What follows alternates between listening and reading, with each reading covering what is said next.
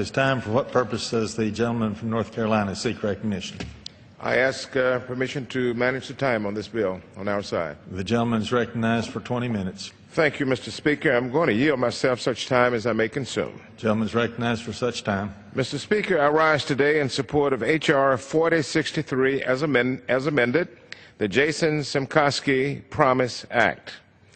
I'd like to thank my friend from Florida, the Vice Chair of the committee, Congressman Gus Bilirakis, for introducing this bill and for his passionate leadership on this very important issue.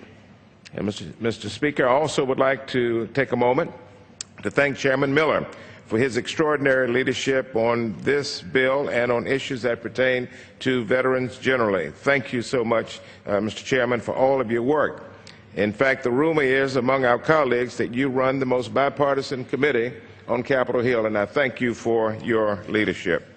The epidemic of opiate addiction and overdose deaths is a national problem. It is a public health crisis, Mr. Speaker, that affects constituents living in all of our districts, in all of our states. Opiate use disorder is a chronic, relapsing disease of the brain. Yet the stigma associated with opiate use disorder keeps people from seeking, accessing, or maintaining treatment. In 2014, according to the New York Times, over 47,000 people died from drug overdose.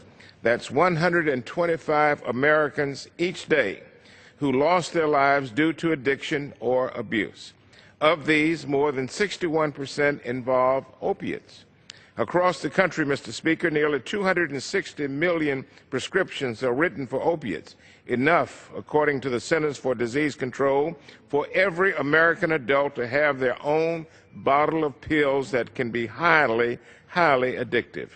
In my home state of North Carolina, fatal drug overdoses have jumped 75% since 2002. According to an article in February from the Charlotte Observer, nearly half of the accidental drug overdose deaths in 2010 were associated with prescriptions that had been filled within 60 days of death.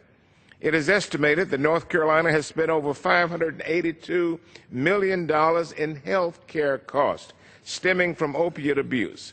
This is nearly $59 for each man, woman, and child in my home state of North Carolina.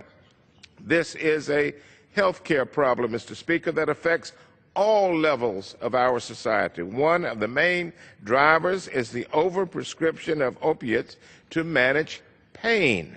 Veterans are at an even greater risk. The statistics on veterans experiencing chronic pain are absolutely staggering. Over 50% of all veterans enrolled and receiving care at VA medical facilities experience chronic pain, with over 500,000 veterans managing pain with prescribed opiates. And compared to the general population, veterans are prescribed opiates at a much, much higher rate. But there is a growing awareness that the long-term prescription of opiates to manage chronic pain can have severe and sometimes tragic, yes, tragic consequences. It has been reported that veterans, our beloved veterans, are twice as likely to die from accidental overdose compared to non-veterans. As a member of Congress, that represents the nation's most military-friendly state, and we like to say that all of the time. And as an Army veteran, as I am myself, I am alarmed and committed to bringing about a solution. But addressing this crisis will not be easy, and the Veterans Affairs Committee members know that so very well. It's not going to be easy. It will take the work of all of us working together. It will take education, and it will take research into more effective and less addictive ways to treat chronic pain. It will take the combined work, Mr. Speaker, of all of our states and the federal government to address what the Center for Disease Control in our countries, let me try that again. It will take the combined work of our states and the federal government to address what the CDC has termed, quote, the worst drug addiction epidemic in the country's history, end of quote.